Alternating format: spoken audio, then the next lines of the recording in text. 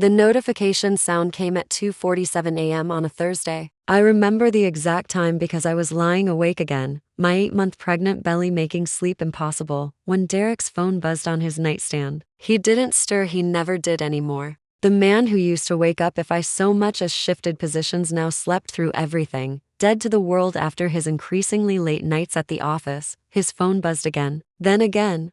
I should have rolled over and gone back to staring at the ceiling, counting the hours until morning. Instead, something made me reach across his sleeping form and check the screen. Maybe it was intuition. Maybe it was the way he'd been acting these past few months, distant, distracted, always on his phone with a secretive smile I hadn't seen directed at me in months. Before we jump back and tell us where you're tuning in from, and if this story touches you, make sure you're subscribed because tomorrow I've saved something extra special for you. The messages were from Melissa. Miss you already. Can't wait for tomorrow night. Delete these after you read them. Like always. God, I can't believe how close we came to getting caught today. Your wife almost walked in on us in your office. My wife. As if I were some abstract concept rather than the woman carrying his child, lying 3 feet away from him. I stared at the screen, my heart hammering so hard I was sure it would wake him. But Derek continued sleeping peacefully while my world crumbled in real time. There were dozens of messages if I scrolled up, weeks of them, months maybe. With trembling fingers, I opened their photo thread. I wish I hadn't. The images were intimate, explicit, taken in places I recognized. His office, the hotel where we'd celebrated our anniversary last year, even our own guest bedroom, the room I'd been planning to convert into a nursery. I must have made a sound because Derek stirred beside me, mumbling something incoherent before settling back into sleep. I carefully placed his phone back on the nightstand and slipped out of bed, padding quietly to the bathroom where I could lock the door and process what I'd just learned. Melissa Chen, his business partner, the brilliant Stanford MBA he'd hired 6 months ago to help scale their startup. The woman who'd been coming to our house for dinner, who'd helped me plan Derek's surprise birthday party, who'd asked thoughtful questions about my pregnancy and even bought a gift for the baby shower. I gripped the bathroom counter and stared at my reflection. 8 months pregnant, face puffy from poor sleep, wearing one of Derek's old t-shirts. Because nothing else fit anymore. When had I become invisible to my own husband? The nausea hit me suddenly, and I barely made it to the toilet in time. But it wasn't morning sickness, I was past that. This was pure visceral betrayal working its way through my system. I sat on the bathroom floor for what felt like hours, my back against the cool tile wall, one hand on my belly where our daughter was sleeping peacefully, unaware that her father was a stranger to both of us. The baby kicked, a strong jab to my ribs that made me wince. I know, sweetheart, I whispered. I feel sick too. When I finally returned to bed, Derek was still sleeping soundly. I studied his face in the dim light filtering through our blinds. The same face I'd fallen in love with 7 years ago at that tech conference in Austin. The same man who'd proposed to me on the Golden Gate Bridge, who'd promised to build something beautiful together, not just a marriage, but a company, a life, a future. I'd believed him. I'd given up my own startup dreams to support his vision. I'd moved to Seattle, left my job at Microsoft, invested my savings into his company. I'd coded through morning sickness, debugged late into the night even as my pregnancy progressed, all while he charmed investors and gave interviews and collected accolades for his innovative approach to AI-driven customer service. My approach, my algorithms, my code.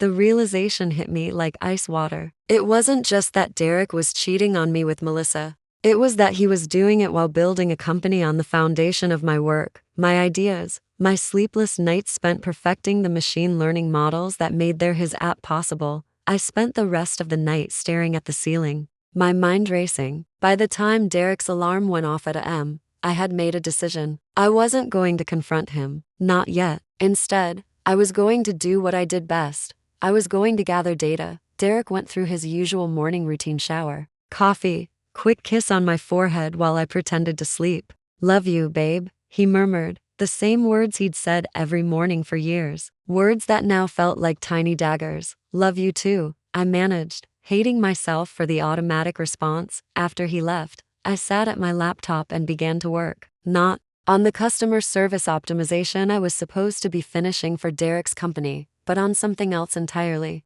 I pulled up every email, every shared document, every code repository from the past 2 years of our professional collaboration. I was meticulous by nature, a trait that had made me an excellent software architect and that Derek had always claimed to admire. Now I turned that precision toward documenting exactly how much of his company belonged to me. The deeper I dug, the angrier I became. The core algorithm that processed natural language queries? Mine. The machine learning model that predicted customer satisfaction? Mine. The elegant user interface that had been featured in TechCrunch? Mine. Based on designs I'd sketched 2 years ago for a completely different project, I found emails where Derek had asked me to take a look at this feature or optimize this function, then turned around and presented my solutions to investors as his own innovations. I found Slack conversations where I'd walked him through complex technical problems, only to watch him explain the solutions to the team the next day as if he'd figured them out himself. But most damning of all,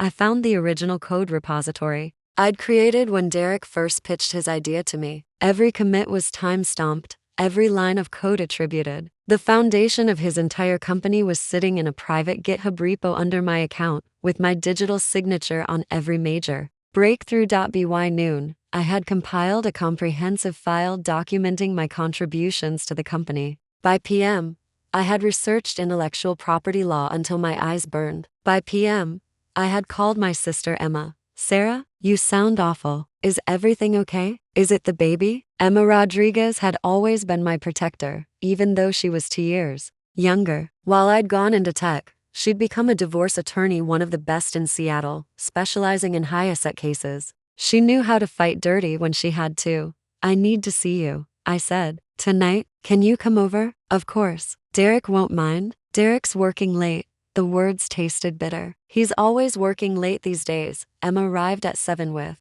Thai food and a bottle of sparkling cider. She took one look at my face and set everything down on the kitchen counter. What happened? I told her everything. About the messages, the photos, the months of lies. I showed her the evidence I'd compiled about my contributions to Derek's company. I watched her face transform from concern to fury to something harder and more calculating. That bastard, she said when I finished. That absolute bastard. Emma, no. Let me finish. Sarah, you realize what you've just shown me, right? This isn't just adultery. This is theft. Intellectual property theft on a massive scale. I nodded. I know. That's why I called you.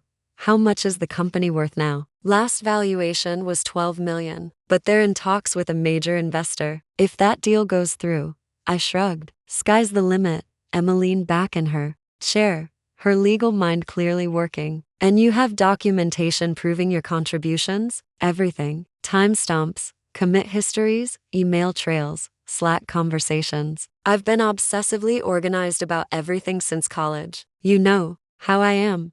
Thank God for your anal retentive tendencies. She reached across the table and grabbed my hand. Sarah, listen to me. You don't just have grounds for divorce here. You have grounds for claiming ownership of his company. The words hung in the air between us. Ownership, not just alimony or a settlement, but actual, legal ownership of the business Derek had built on my foundation. Is that really possible? With the right strategy? Absolutely. Especially in Washington state. We're a community property state, which means anything acquired during marriage is presumed to belong to both spouses. And if you can prove that the company's core value comes from your intellectual contributions, she smiled, and it wasn't entirely pleasant. Let's just say Derek picked the wrong software architect to cheat on. We spent the next 3 hours going through everything I'd compiled. Emma asked detailed questions about timestamps, about who had access to what code when, about the exact nature of my contributions versus Derek's. By the time she left at nearly midnight, we had the skeleton of a legal strategy that would give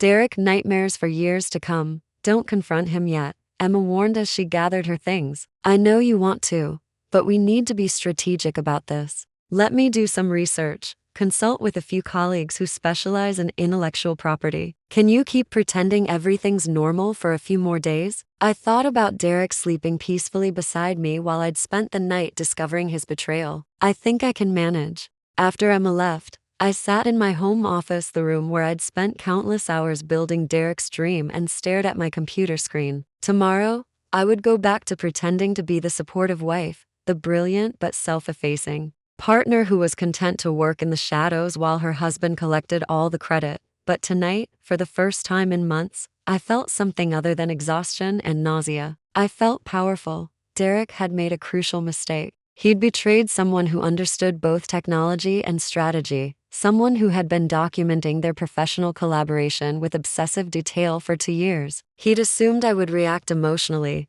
that I would scream and cry and make it easy for him to paint me as the hysterical pregnant wife. Instead, I was going to destroy him methodically, using the very skills that had made his success possible in the first place. The baby kicked again, harder this time, as if she approved of my resolve. "Don't worry, little one," I whispered, placing both hands on my belly. "Mommy's going to make sure you're taken care of." Better than taken care of. I opened a new document on my laptop and began typing. Strategic plan, project restoration obsessive. Reclaim ownership of intellectual property and ensure long-term financial security. Timeline, 6-12 months. Phase 1, documentation and legal preparation. Drake thought he was the strategic one in our relationship. He was about to learn how wrong he was. I woke up the next morning with a clarity I hadn't felt in months. Derek was already in the shower, humming some song I didn't recognize. The sound made my skin crawl.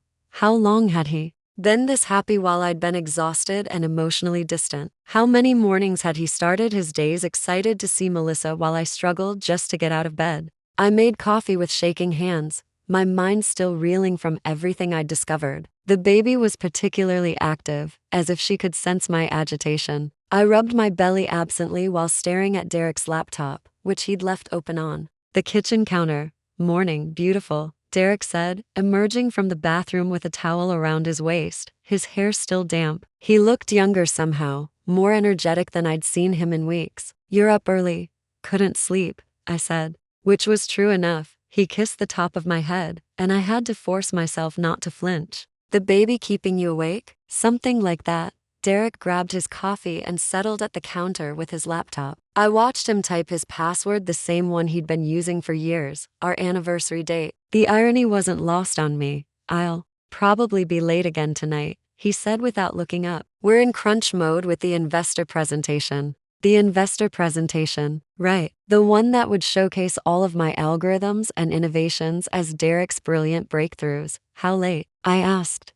"Not sure." "Don't wait up." Another evening with Melissa, no doubt. I wondered if they laughed about me, the pregnant wife who was too naive to see what was happening right under her nose. After Derek left, I called in sick to my remote consulting work and spent the day deep in digital archaeology. If I was going to build a case for ownership of Derek's company, I needed to understand exactly how much of it belonged to me. I started with the beginning, 2 years ago when Derek had first approached me with his idea for an AI-powered customer service platform. I'd been working at a fintech startup then, specializing in natural language processing. Derek had been between jobs, charming and full of ideas but light on technical skills. I found the email thread where he'd first pitched the concept to me. His original idea had been basic, almost naive, a simple chatbot that could handle customer complaints. But as I scrolled through our early conversations, I could see how I'd gradually shaped and refined his vision into something actually innovative.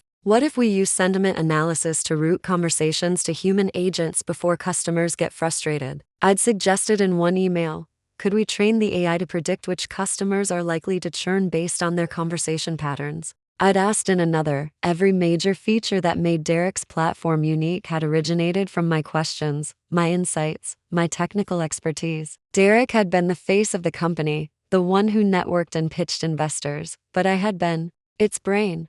I pulled up our shared GitHub repository and analyzed the commit history. Over the past 2 years, I had made 847 commits to the codebase. Derek had made 23, and most of those were minor cosmetic changes or documentation updates, the machine learning models that powered the platform's core functionality. I'd designed and trained them from scratch, using techniques I'd developed during my master's thesis at MIT. The API architecture that allowed the platform to integrate seamlessly with existing customer service systems. I'd built it during a weekend when Derek was at a conference, presenting my previous work as his own innovation, but the most damning evidence was buried in a folder labeled Early Prototypes. I found versions of the AI models I'd created 6 months before Derek even started his company. when I'd been experimenting with customer sentiment analysis for my previous employer. Derek had convinced me to share that research with him for feedback, then incorporated it wholesale into his platform. He hadn't just built his company on my work. He'd stolen specific code, algorithms, and innovations that I'd developed independently. Before we were even business partners, my phone rang, interrupting my investigation. Emma's name appeared on the screen. "How are you holding up?" she asked without preamble. "Better than expected, actually. Angry, but in a productive way. Good. Anger is useful in divorce proceedings. Productive anger is even better. What have you found?" I walked her through my discoveries, watching her excitement build as I detailed each piece of evidence. By the time I finished, she was practically purring with satisfaction. "Sarah, this is better than I hoped. You don't just have a case for community property division. You have a case for proving that Derek's entire company was built on stolen intellectual property." What does that mean, practically speaking? It means that if we play this right, you could own controlling interest in his company, not just a percentage majority ownership. You created the core technology, you can prove you created it, and you can prove he misappropriated it. The implications hit me like a lightning bolt. He'd have to pay me royalties on his own company's profits, exactly. And not just until the divorce is finalized. Potentially forever if we structure it as intellectual property licensing rather than simple asset division. I sat down heavily in my desk chair, one hand on my belly. "Emma, that's nuclear." "Yes, it is. The question is whether you're prepared to go nuclear." I thought about Derek humming in the shower that morning, about the photos on his phone, about the years I'd spent building his dream while he built a relationship with someone else.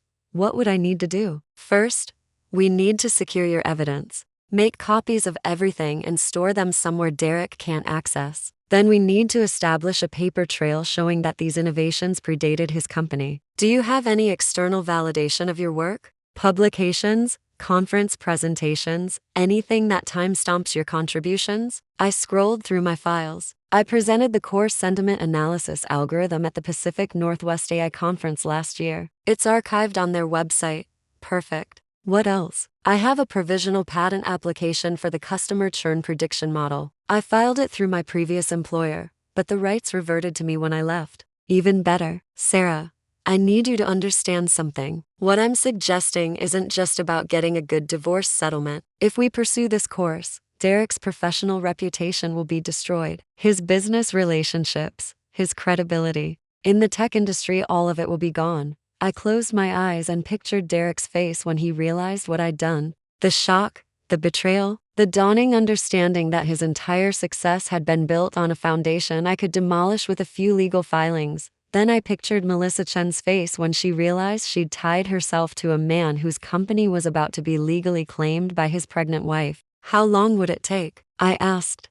To build the case? A few months. To execute it? That depends on how cooperative Derek wants to be. He won't be cooperative, Emma laughed. Men like Derek never are. They're used to charming their way out of consequences. But charm doesn't work in intellectual property court. After we hung up, I spent the rest of the afternoon creating secure backups of all my evidence. I uploaded everything to an encrypted cloud storage account Derek didn't know about, copied files to multiple drives, and even printed hard copies of the most crucial documents. As I worked, I felt something I hadn't experienced in months, a sense of purpose. For too long, I'd been drifting through my pregnancy, focused on preparing for the baby while Derek pursued his dreams and his affairs. Now I had a project of my own, something that required all of my skills and intelligence. When Derek came home at nearly 11 p.m., I was already in bed, pretending to read a pregnancy book. He kissed my forehead distractedly, smelling like expensive perfume that wasn't mine. "How was your day?" he asked, starting to undress. "Quiet. I worked on some documentation for the customer retention module." He paused, shirt half unbuttoned. "What kind of documentation?" "Just technical specs and development notes. You know how I am about keeping records." Derek nodded and continued getting ready for bed, but I caught something in his expression. A flicker of unease perhaps at the mention of documentation. Good. He should be uneasy. As he settled into bed beside me, I turned off my reading light and lay in the darkness, listening to his breathing gradually slow. Within minutes, he was asleep, peaceful and oblivious, wrapped in the delusion that he was successfully living a double life. But I was wide awake, my mind spinning with possibilities. Emma was right.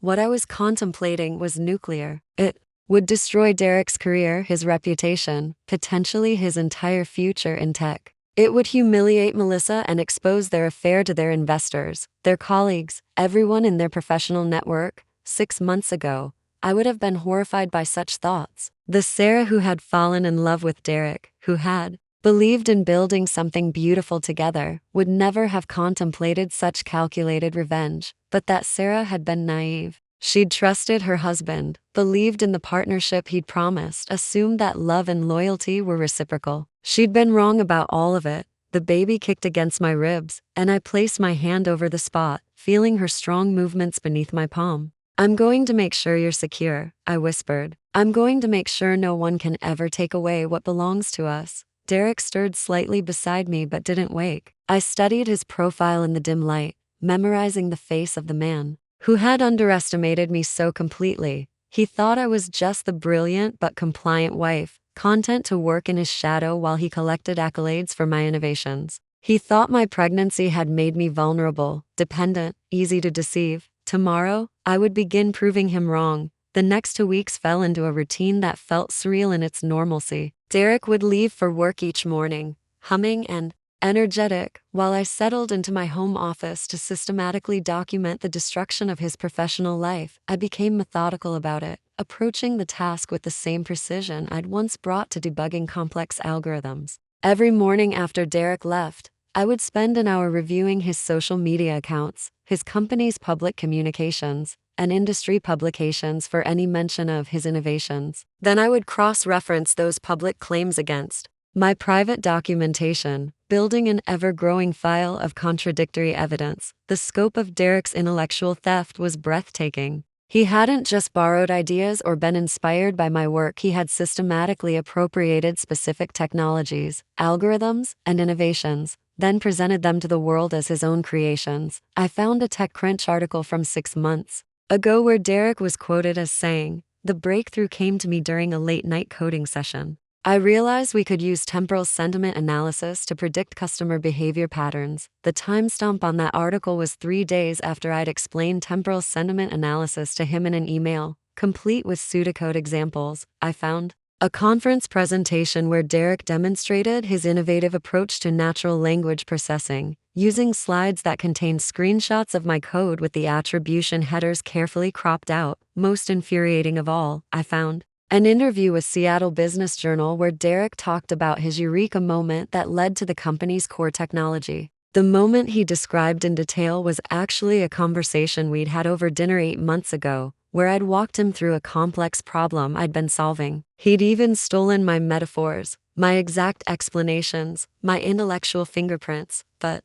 alongside my growing fury, I felt a cold satisfaction. Derek's public statements were creating an evidence trail that would be impossible to deny in court. Every interview where he claimed credit for my work was another nail in his professional coffin. Emma called me every few days to check on my progress and share updates from her own research. She'd been consulting with intellectual property specialists and had developed what she called a strategy that would make Sun Tzu proud. "The key," she explained during one of our conversations, "is that we're not just going after Derek for divorce proceedings. We're going after him for theft of trade secrets, copyright infringement, and fraudulent representation to investors." "Can we actually prove fraudulent representation with what you've documented?" "Absolutely. Derek has been raising money from investors based on technology he claimed to have developed but actually stole from you. That's textbook securities fraud." The implications were staggering. Derek wasn't just facing a messy divorce, he was potentially facing criminal charges. "Emma, that seems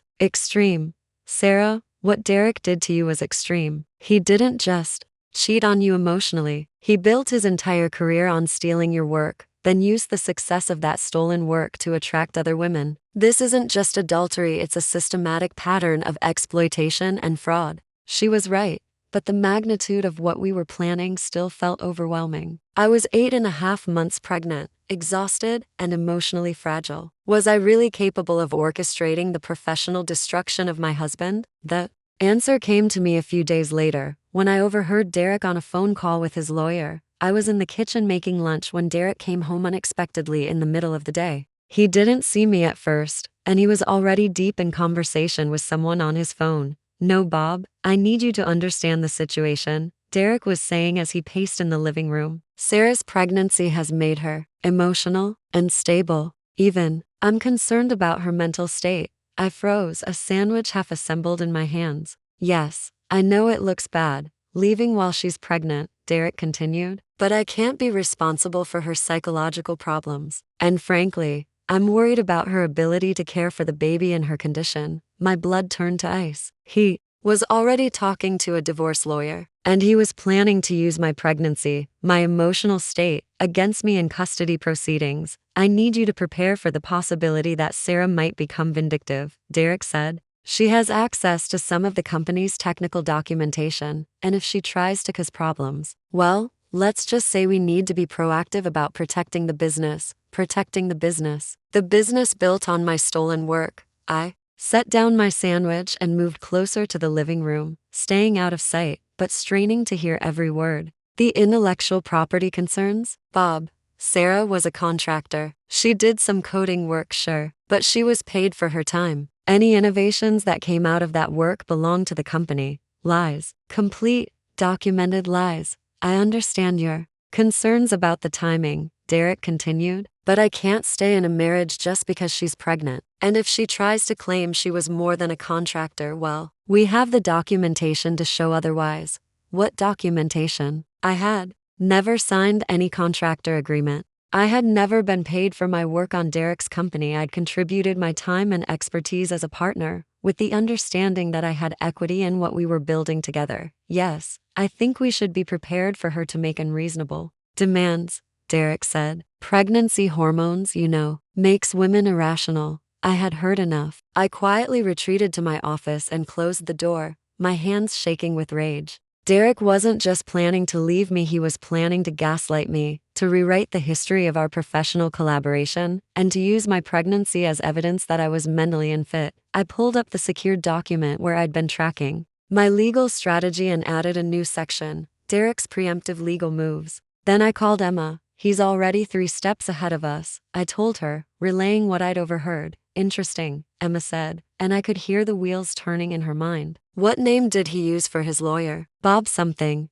Telling and preparing. This story took us a lot of time, so if you are enjoying it, subscribe to our channel. It means a lot to us. Now back to the story. Robert Kane. I know him. He's expensive, arrogant, and specializes in protecting wealthy men from vindictive wives. The fact that Derek has already hired him tells us everything we need to know about his intentions. Emma, he's planning to paint me as mentally unstable. He's going to claim I was just a contractor, that I have no ownership stake in the company. Let him try. Sarah, this is actually good news. How is any of this good news? Because Derek is showing his hand. He's revealing his strategy before we've even filed papers. And more importantly, he's making claims that we can prove are false. If he tries to argue that you were just a contractor, we have email threads showing him asking for your input on major strategic decisions. If he tries to claim you were paid for your work, we have financial records showing no payments. He's going to perjure himself, and we'll be ready for it. I spent the rest of the afternoon documenting everything I'd overheard, time-stamping my notes and storing them with the rest of my evidence. But more importantly, I began preparing for Derek's eventual confrontation if he was planning to blindside me with divorce papers. I needed to be ready with a counterattack that would leave him reeling. I researched Robert Kane's recent cases and found a pattern. He specialized in convincing judges that successful men's wives were gold-digging manipulators who had contributed nothing of value to their husbands' achievements. His strategy relied on portraying his male clients as innovative geniuses and their wives as emotional parasites. It was a strategy that might have worked against someone who actually fit that profile. But Derek had made a crucial error. He'd chosen to gaslight someone who had documented every aspect of their professional collaboration with obsessive detail. Over the next few days, I began preparing what Emma and I called the nuclear option, a comprehensive legal filing that would not only establish my ownership of Derek's intellectual property but would also expose his theft to his investors. his board of directors, and potentially the SEC. I wrote detailed technical explanations of every algorithm and innovation Derek had claimed as his own, complete with timestamps, code samples, and proof of prior art. I compiled email threads showing Derek explicitly asking me to develop specific features, then presenting those features as his own ideas. I gathered financial records proving that I had never been paid for my contributions, despite Derek's apparent claims to his lawyer. But the centerpiece of my case was something Derek didn't even know existed: a comprehensive technical diary I'd been keeping since the beginning of our collaboration. Every major breakthrough, every problem solved, every innovation implemented, I had documented it all in real time, with detailed explanations of my thought processes and technical approaches. Derek had always teased me about my obsessive documentation habits. Now those habits were going to destroy him. As I put the finishing touches on my evidence compilation, I felt a strange sense of calm. Derek thought he was playing chess while I was playing checkers. He thought his charm and connections and expensive lawyer would be enough to steamroll the pregnant wife who'd spent years working in his shadow. He was about to learn that the woman he'd underestimated had been documenting his every move, preparing for this battle long before he'd even realized. They were at war. The baby kicked against my ribs, strong and insistent, as if she approved of my preparations.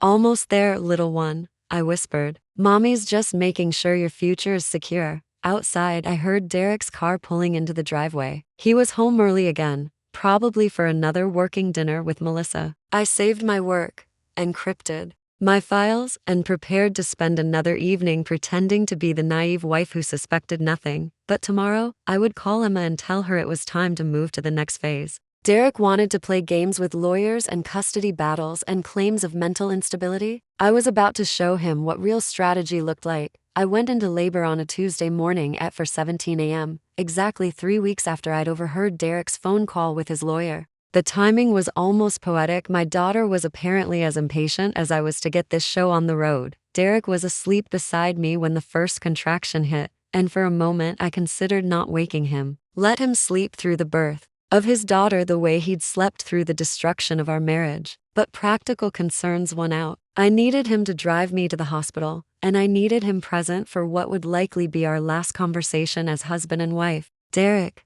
I shook his shoulder. "It's time." He bolted upright, instantly alert in that way that had once charmed me. "Time? Are you sure?" Another contraction answered for me, and Derek sprang into action with the efficiency he'd always shown in crisis situations. Within 20 minutes, we were in his Tesla, speeding through Seattle's empty early morning streets toward Swedish Medical Center. "Did you call your sister?" Derek asked, one hand on the wheel, the other reaching for mine. I let him take my hand, marveling at how normal this felt. How easy it would be to pretend that everything was fine, that we were just another excited couple about to welcome their first child. "Emma's meeting us there," I said, "along with my parents." "Good, that's good."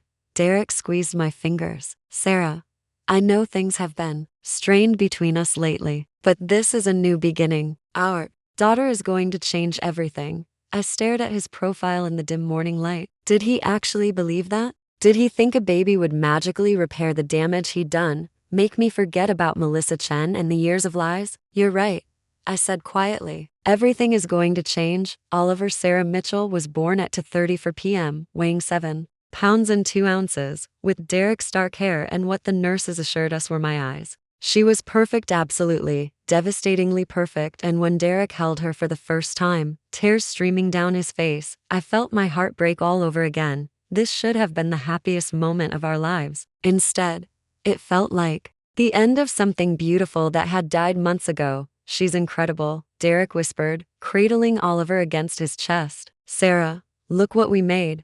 Look what I made, I thought, but didn't say. The same way I'd made the algorithms that built his company, the way I'd made the success he claimed as his own. Emma arrived an hour later with flowers and a teddy bear, taking one look at my face and immediately understanding that nothing had changed. If anything, Oliver's birth had crystallized my resolve. I wasn't just fighting for myself anymore, I was fighting for my daughter's future. "She's beautiful," Emma said, holding Oliver with the practiced ease of someone who'd helped raise 3 nephews. "What's her name?" "Oliver Sarah Mitchell," Derek said proudly. "Oliver for my grandfather, Sarah for, well, obviously." I caught Emma's expression and knew she was thinking the same thing I was. How convenient that Derek had chosen to honor his family legacy while relegating me to a middle name. Over the next 2 days in the hospital, I watched Derek play the role of devoted father and husband. He posted photos on social media, called his parents and colleagues, brought me flowers and my favorite coffee. To the outside world,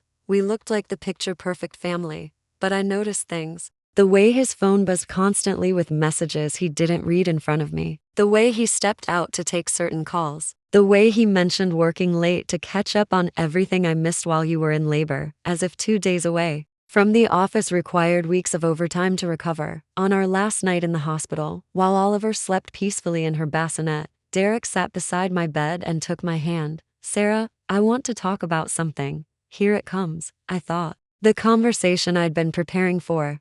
I've been thinking about our future, Derek continued, about what's best for Oliver, for our family. And I think maybe you should consider taking a step back from work for a while. What do you mean? I mean focus on being a mom, at least for the first year or two. The company is at a crucial stage right now, and with the new baby, it might be better if one of us is fully dedicated to each responsibility. I kept my expression neutral, even as fury burned in my chest. And you think I should be the one to step back? It makes sense, doesn't it? You've always been more of the behind-the-scenes type anyway. And Oliver needs her mother. Behind the scenes. As if the algorithms that powered his entire company were mere set decoration. What about my equity in the company? I asked quietly. Derek's expression flickered just for a moment before settling back into practiced sincerity. Well, obviously you'd still be a stakeholder. But day-to-day operations, strategic decisions, it might be better if I handle those. Fewer complications.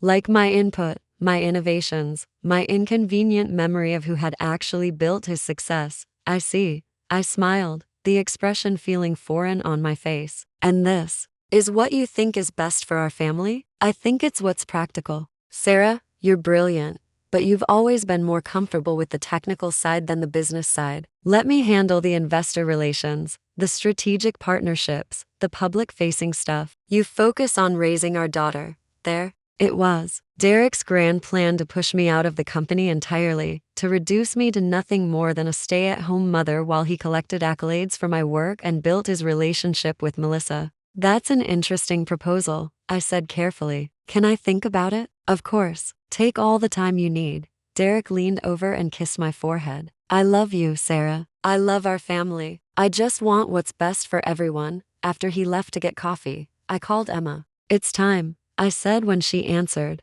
Time for what? The nuclear option. Derek just tried to push me out of the company entirely. He wants me to be a stay-at-home mom while he takes complete control of everything I built. Emma was quiet for a moment. Are you sure you're ready for this? Once we file these papers, there's no going back. I looked over at Oliver, sleeping peacefully in her bassinet. My daughter deserved better than a father who would steal credit from her mother and abandon both of them for his assistant. She deserved a mother who fought for what belonged to them. I'm ready, okay? I'll file the papers tomorrow morning. Sarah, I want you to understand what's about to happen. This isn't just a divorce filing, it's a full legal assault. Intellectual property theft, breach of fiduciary duty, fraudulent representation to investors. Derek's going to wake up to a lawsuit that could destroy his career. Good.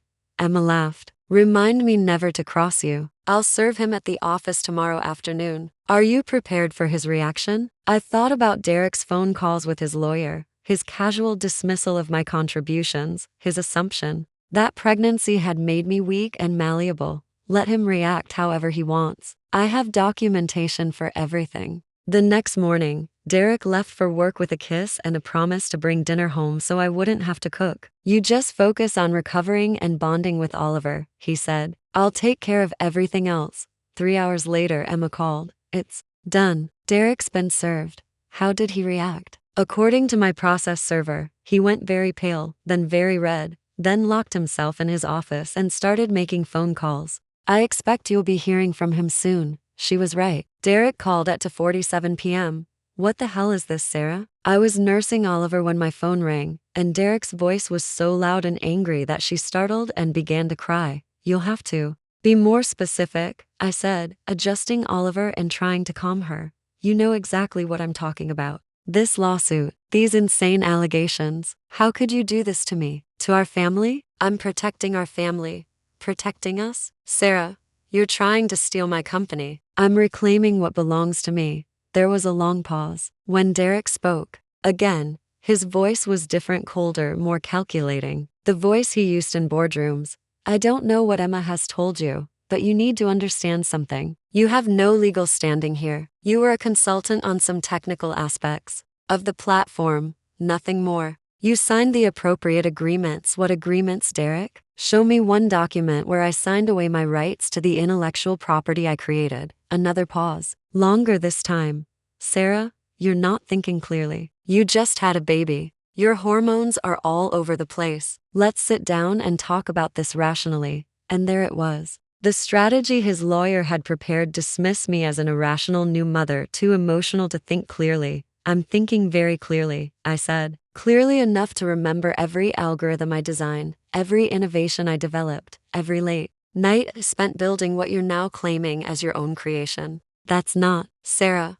We built this together, as a team, husband and wife, exactly, as a team, which means I own half of everything we built, including the company. You can't just, this is ridiculous. I'm coming home. We're going to sort this out. Actually, Derek, you're not coming home. Check your email. I'd sent him the restraining order paperwork an hour ago. Emma had been thorough. Derek was prohibited from coming to the house, contacting me directly, or attempting to access any of the technical documentation stored on my personal devices. A restraining order? Sarah, this is insane. I'm not a threat to you. You're a threat to my intellectual property and to my financial security. The restraining order is to protect my assets, not my physical safety. Your assets? Sarah, listen to yourself. This isn't you talking, this is Emma filling your head with feminist bullshit about Derek. My voice cut through his rant like ice. I have emails where you explicitly asked me to develop the sentiment analysis algorithms. I have commit histories showing I wrote 87% of your platform's codebase. I have a provisional patent on the customer churn prediction model that predates your company by 6 months. Would you like me to continue? Silence. Emma didn't have to convince me of anything. I continued, Oliver now sleeping peacefully in my arms. You did that yourself. Every time you took credit for my work. Every time you presented my innovations as your breakthrough moments. Every time you made me feel like a contractor in my own company. Sarah, I'm done talking, Derek. Your lawyer can talk to my lawyer. But I want you to understand something.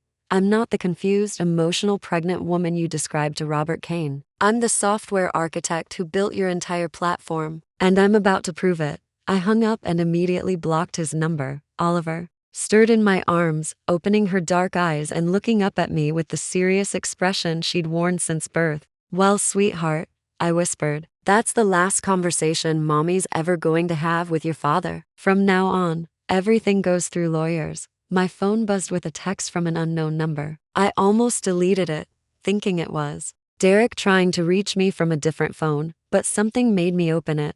This is Melissa Chen. We need to talk. I stared at the message for a long moment, then typed back, no, we don't. Her response came immediately. Derek told me what you're claiming. You need to know that he never stole anything from you. The company's innovations came from both of us working together. I have proof. I laughed out loud, startling Oliver again. Melissa thought she could intimidate me? The woman who'd been sleeping with my husband while I was pregnant actually believed she could gaslight me about my own work? Feel free to share that proof with my lawyer. I typed back. Emma Rodriguez at Rodriguez and Associates. I'm sure she'd love to see what you think constitutes evidence. Sarah, you're making a mistake. Derek's company is worth millions. If you destroy it with these false accusations, you're destroying your own financial future. The company built on my stolen technology? The one where I never signed away my intellectual property rights. That company? A longer pause then.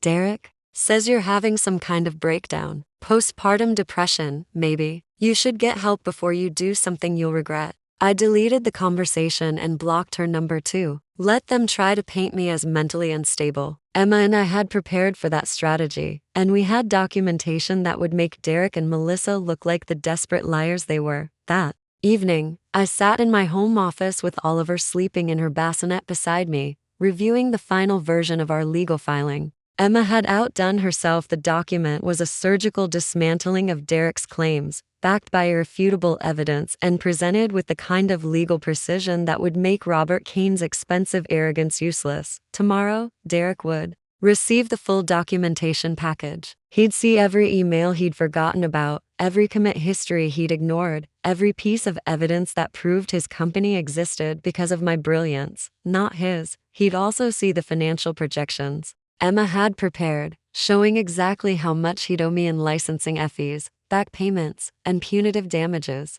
The numbers were staggering, potentially enough to bankrupt him if the company didn't continue growing. But the most devastating part would be the timeline we'd constructed, showing how Derek's relationship with Melissa had coincided with his systematic exclusion of me from credit and recognition, a pattern of personal and professional betrayal that would be impossible to dismiss as coincidence. I printed a copy of the complete filing and put it in Oliver's baby book, right next to her hospital bracelet and first photos. Someday, when she was old enough to understand, I'd show her exactly how her mother had fought to secure her future. Your daddy thought mommy was just a behind-the-scenes type, I whispered to her sleeping form. He's about to learn that behind the scenes is where all the real power lives. Derek's response came exactly 72 hours after he'd been served, delivered by a courier service at M on a Friday morning. I was feeding Oliver when the doorbell rang, and I opened the package with one hand while cradling her with the other. Robert Kane's letterhead was impressive, thick paper, embossed logo, the kind of expensive presentation that was supposed to intimidate. The letter itself was a masterclass in legal posturing, filled with phrases like frivolous claims, emotional instability, and malicious prosecution. But buried beneath the bluster, I could see the fear. Kane was demanding that I withdraw my baseless allegations immediately or face a countersuit for defamation and emotional distress. He claimed that Derek had extensive documentation proving my role had been limited to minor technical consulting and that my current claims were the product of postpartum psychological distress. The letter also contained a settlement offer. Derek would agree to pay me $50,000 in spousal support and allow me to keep the house in exchange for signing away any claims to the company. It was the kind of offer designed to sound generous while actually being insulting. $50,000 for intellectual property worth millions. I called Emma immediately. They're scared, she said after I read her the letter. Kane wouldn't be offering any settlement if they thought they could win outright. $50,000, Emma. For a company valued at $12 million, it's an opening bid. They're hoping you'll panic and take whatever they offer. But Sarah, this letter is actually great news for us. How?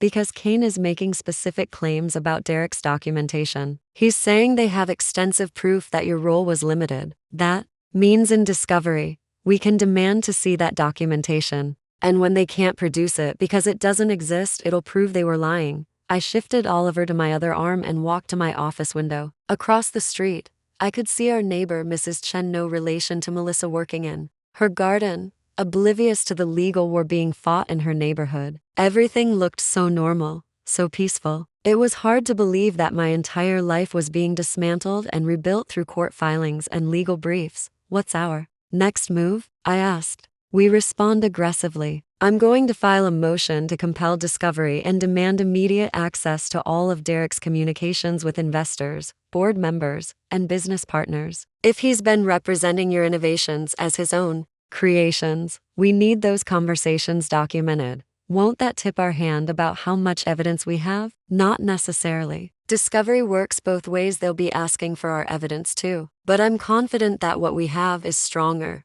than anything they can produce. Plus, there's something else to consider. What? Derek's company is in the middle of a major funding round. If word gets out that there's a dispute over the intellectual property ownership, investors are going to get very nervous very quickly. The implications hit me immediately. Derek had been working for months to close a Series B funding round that would value the company at $50 million. If that deal fell through because of our lawsuit, Emma, that would destroy him. Yes, it would. The question is whether that's what you want. I looked down at Oliver, who was sleeping peacefully in my arms. 3 days old and already the center of a battle that would determine the trajectory of her entire life. I want what's fair, I said finally. I want recognition for my work. Compensation for what I built, and security for my daughter. If that destroys Derek's career, Well, he should have thought about that before he stole from me. Okay, I'm going to file our response today. But Sarah, I need you to be prepared for this to get ugly. Kane specializes in character assassination. He's going to try to make you look unstable, vindictive, maybe even an unfit mother. Let him try. I have documentation that proves every claim I'm making. Documentation isn't always enough. Judges are human, and humans have biases. Kane is going to try to paint you as the bitter wife who's trying to destroy her successful husband out of spite. Then we'll have to make sure the judge sees the real story. After Emma hung up, I spent the morning researching Robert Kane's previous cases. His strategy was depressingly predictable: portray his male clients as brilliant innovators and their wives as manipulative parasites. He'd successfully defended a pharmaceutical executive whose wife claimed credit for research that led to a breakthrough drug. He'd protected a software CEO who'd allegedly stolen code from his wife's previous company. In every case, Kane had convinced judges that the women were either lying or delusional, but in every case, the women had been fighting alone, without the kind of comprehensive documentation I'd compiled. And in every case, the intellectual property disputes had been murky, difficult to prove. My case was different. I didn't just have claims, I had code repositories, email threads, technical presentations, and patent filings. I had a paper trail that would be impossible to dismiss or explain away. I was reviewing Kane's case history when my phone rang. The caller ID showed Melissa Chen's number, which I'd blocked after our last conversation. Somehow she was getting through anyway. I answered without saying hello. I told you not to contact me. Sarah, please, just listen for 1 minute. Melissa's voice was shaky, desperate. Derek didn't tell me about the lawsuit until yesterday. I had no idea you were claiming ownership of the company's technology. And I think there's been a misunderstanding. Yes, Derek and I have been involved, but that doesn't mean he stole anything from you. We've been working together on the platform for months. I've seen him develop these innovations firsthand. I almost laughed. You've seen him present innovations I developed months or years earlier. That's different from developing them. No, that's not. Sarah, I know you're hurt about our relationship, but you can't use that to make false claims about intellectual property. Melissa, I have commit histories showing I wrote the core algorithms. I have emails showing Derek asking me to solve specific technical problems. I have patent applications that predate your involvement with the company by over a year. This isn't about your relationship with Derek, it's about stolen technology. You're wrong, but her voice lacked conviction. Am I? Tell me, Melissa, what programming languages does Derek know? A pause. He knows Python and JavaScript. What about machine learning frameworks? Has he ever mentioned TensorFlow or PyTorch? Another pause, longer this time. Melissa, Derek can barely write a for loop without looking up the syntax. Every algorithm that makes your platform innovative was written by me. Every machine learning model was trained by me. Every breakthrough that Derek claims as his eureka moment was actually me solving problems he couldn't understand, let alone solve. That's not. He shows me the code. He explains how everything works. He shows you my code. He explains innovations I developed. Has Derek ever written a complex algorithm in front of you? Has he ever debugged a machine learning model? Or does he just present finished solutions and take credit for the results? The silence stretched long enough that I knew she was thinking, really thinking, about Derek's technical capabilities for the first time. I have to go, Melissa said finally. Wait, Melissa, I want you to understand something. I don't blame you for falling for Derek's act. He's charming, confident, and very good at taking credit for other people's work. But you're about to be collateral damage in a lawsuit that will expose every lie he's told about his technical expertise. When that happens, you'll realize you've tied your career to someone who built his success on stolen technology. You're trying to scare me.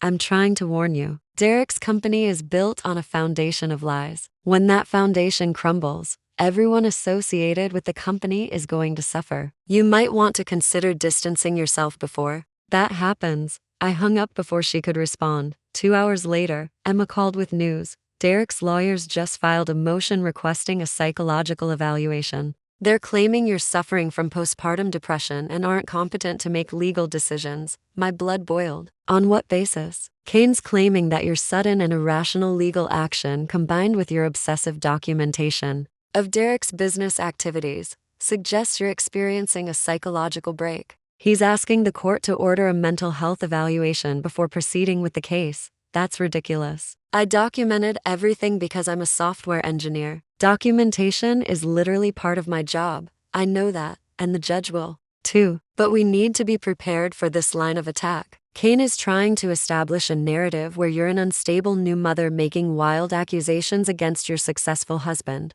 What do? We get ahead of it. I'm going to request a mental health evaluation for Derek too, claiming that his systematic theft of your intellectual property and fraudulent representation to investors suggests antisocial personality traits. If he wants to make this about psychological fitness, we'll make it about both of you. I shifted Oliver to my shoulder and rubbed her back, thinking, Emma, what if we took a different approach? What do you mean? What if we stopped playing defense and went on offense? Kane is trying to make this about my mental state because he knows Derek can't defend against the intellectual property claims. But what if we force the focus back onto the technology? How? What if we demanded a technical deposition? Put Derek in a room with experts and ask him to explain how his algorithms work. Ask him to walk through the code, explain the machine learning models, demonstrate his understanding of the innovations he's claiming credit for. Emma was quiet for a moment. That's actually brilliant. If Derek can't explain his own technology, it'll prove he didn't develop it, exactly. And it'll be on the record under oath. No amount of charm or legal maneuvering can help him if he can't answer basic technical questions about his own platform. I love it. But Sarah, you realize this strategy only works if Derek really doesn't understand the technology? Trust me, Emma. Derek's technical knowledge is superficial at best. He knows enough buzzwords to sound impressive in investor meetings, but ask him to explain how a neural network processes temporal data, and he'll fall apart. Okay, I'm going to file a motion for a technical deposition immediately. If Kane wants to make this about competency, we'll make it about Derek's competency to run a technology company. After Emma hung up, I opened my laptop and began preparing for Derek's technical examination. If he wanted to claim credit for my innovations, he was going to have to prove he understood them first, and I was about to demonstrate, in excruciating technical detail, that he absolutely did not. The technical deposition was scheduled for the following Thursday at Emma's law firm. Derek would be questioned under oath by a panel that included Emma, Robert Kane, a court reporter, and Dr. Patricia Williams, a machine learning expert from the University of Washington whom Emma had hired as our technical consultant. I wasn't allowed to attend. Emma said my presence might be seen as coaching, but I helped prepare the questions that would expose Derek's lack of understanding. We crafted them carefully, starting with basic concepts and gradually increasing in complexity, until even someone with moderate programming skills would struggle. The night before the deposition, I sat in my office with Oliver sleeping in her bassinet, reviewing the technical architecture I'd built for Derek's company. It was beautiful work, elegant algorithms that solved complex problems with mathematical precision. Looking at it now, I felt a mixture of pride and anger. This was my life's work, my intellectual legacy, and Derek had claimed it as his own for 2 years. Tomorrow, that theft would be exposed. Emma called me at noon the next day, her voice barely containing excitement. Sarah, it was a massacre. That bad? Worse than we hoped. Derek couldn't explain basic concepts that any computer science undergraduate would know. When Dr. Williams asked him to describe how the sentiment analysis algorithm handles temporal waiting, he literally said, "It uses advanced machine learning to analyze customer emotions over time." I winced. That's not even technically wrong, it's just meaningless. It gets better. Kane tried to intervene several times, claiming the questions were too technical, but Dr. Williams pointed out that these were fundamental concepts that anyone who developed the technology should understand. The court reporter captured everything, including Derek's increasing panic as the questions got harder. How hard did they push? Dr. Williams asked him to explain the difference between supervised and unsupervised learning. Derek said, "Supervised learning is when someone supervises the computer while it learns." Sarah, I'm not even a programmer and I know that's wrong. I couldn't help laughing. Oh, that's painful. Did Kane try to recover? He tried. During a break, I heard him coaching Derek on basic terminology. But when they resumed, Dr. Williams asked Derek to walk through the mathematical foundation of the neural network architecture, and he completely fell apart. Started talking about neural pathways, and brain-like processing like he'd watched too many science fiction movies. The implications were staggering. Derek had just admitted under oath that he didn't understand the technology his company was built on. No judge would believe he'd developed innovations he couldn't even describe. What happens next? Kane is going to try to claim that Derek's role was always business-focused, that he hired technical experts to handle the implementation details. But we have emails showing Derek explicitly claiming credit for developing the algorithms. He can't have it both ways. Either he developed the technology and should be able to explain it, or he didn't develop it and has been lying to investors. Emma, this is it, isn't it? This proves everything. It's a major victory, but Kane isn't going to give up easily. He's probably already preparing a new strategy. But Sarah, I think we've established enough evidence to push for a settlement negotiation. Derek's position is untenable. That evening, I received an unexpected visitor. The doorbell rang at p.m., and I opened it to find Melissa Chen standing on my doorstep, looking haggard and uncertain. Sarah, I'm sorry to bother you. I know you don't want to see me, but I need to talk to you. I considered closing the door in her face, but something about her expression made me hesitate. She looked defeated, almost fragile. What do you want? I want to understand what really happened. With the company, with the technology. Derek told me about the deposition today, and he couldn't explain it to me either. When I asked him about the questions they'd asked, he got angry and said the technical details weren't important, that his role was always strategic and business-focused. I shifted Oliver to my other arm. That's interesting considering he's spent 2 years taking credit for developing the technology. That's what I don't understand. Sarah, I've seen Derek work. I've watched him code, seen him solve technical problems. How could he not understand his own innovations? Despite everything, I felt a flicker of sympathy for Melissa. She'd been manipulated just as thoroughly as I had, in her own way. Melissa, what you've seen Derek do is implement solutions to problems I'd already solved. You've watched him take my algorithms and adapt them for new use cases, but that's very different from developing the underlying technology. But he explained how everything worked. He explained it to you the same way I explained it to him.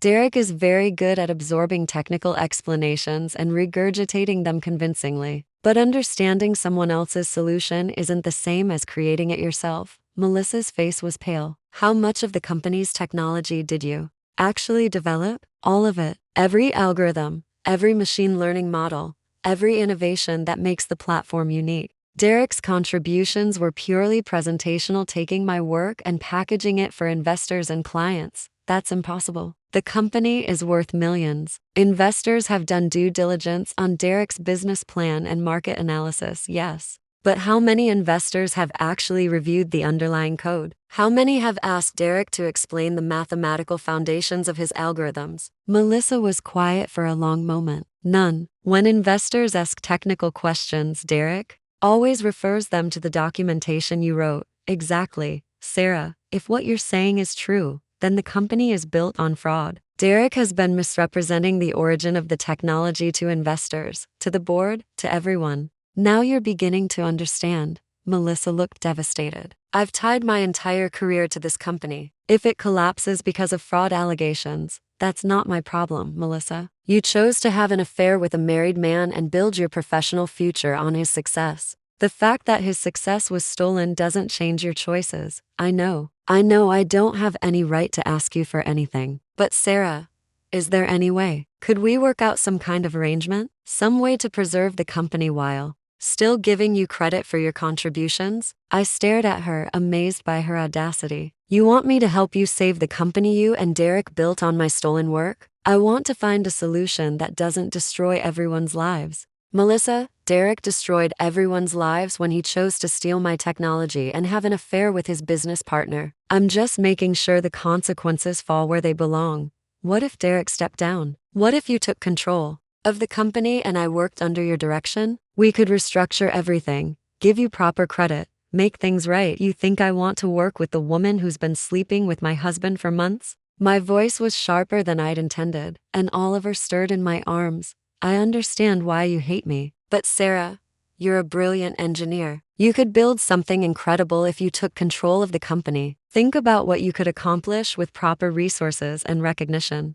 It was a tempting thought, I had to admit. The idea of taking over the company I'd built in Derek's shadow, of finally getting credit for my innovations, of building something even greater with proper funding and support, but it would mean working with Melissa, tolerating her presence every day, pretending to forget that she'd betrayed me as thoroughly as Derek had. No, I said finally. I don't want to save Derek's company. I want to take what belongs to me and let the rest burn. Melissa nodded sadly. I understand.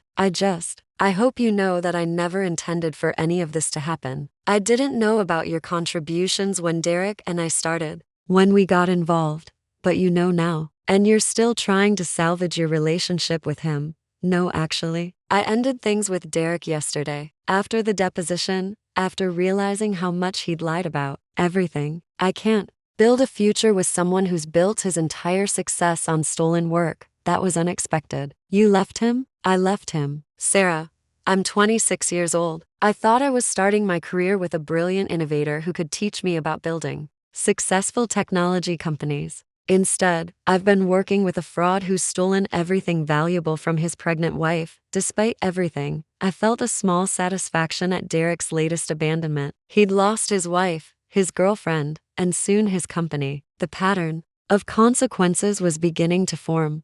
What will you do now? I asked. I don't know. Look for a new job, I guess. Try to rebuild my reputation. Sarah, would you be willing to provide a reference? I know how that sounds, but you've seen my actual work on the business development side. I never claimed credit for technology I didn't develop. The request was so absurd that I almost laughed, but looking at Melissa's face, I could see genuine desperation there. She was young, she'd made terrible decisions, but she was also a casualty of Derek's manipulation. I'll consider it, I said finally. If you're willing to provide a sworn affidavit detailing Derek's lack of technical knowledge and his misrepresentation of the technology's origins. Melissa's eyes widened. You want me to testify against Derek? I want you to tell the truth about what you've observed, about Derek's technical capabilities, about how he presents the company's innovations, about what you've learned regarding the actual source of the technology. That would destroy any chance of the company surviving. Melissa, the company is already dead. Derek's deposition today killed it. The only question now is whether the truth comes out cleanly or whether this drags on for months while Derek tries to spin increasingly desperate lies. She was quiet for a long moment, clearly wrestling with the decision. If I testify, she said finally, what happens to me? To my career? You'll be known as someone who chose honesty over self-preservation when it mattered. That's not the worst reputation to have in Silicon Valley. And if I don't, then you'll be known as Derek's co-conspirator who helped him defraud investors and steal intellectual property. Which reputation would you prefer? Melissa nodded slowly. I'll do it. I'll provide the affidavit. Good. Contact Emma Rodriguez tomorrow. She'll arrange for your statement to be taken. After Melissa left, I called Emma to update her on the unexpected development. Melissa Chen wants to flip? Emma's voice was incredulous. Sarah, this is huge. An affidavit from Derek's business partner and former girlfriend, detailing his technical incompetence and misrepresentation of the technology's origins. Kane won't be able to spin that away.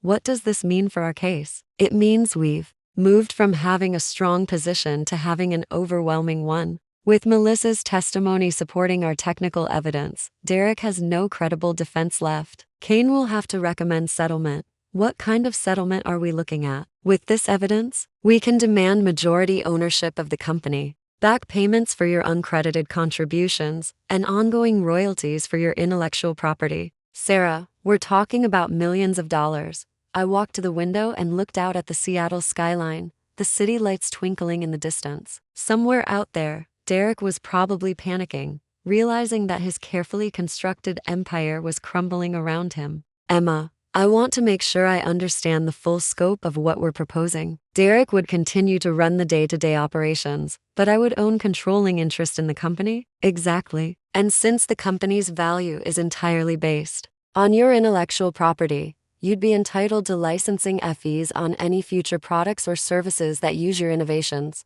Essentially, Derek would be paying you a percentage of his revenue in perpetuity. The implications were staggering. Derek had tried to push me out of the company so he could build a life with Melissa while taking credit for my work. Instead, he was about to become permanently financially bound to me, paying me a percentage of everything he earned for the rest of his career. How long would the licensing arrangement last? As long as the company continues to use your intellectual property, which, given that your innovations form the foundation of their entire platform, means essentially forever.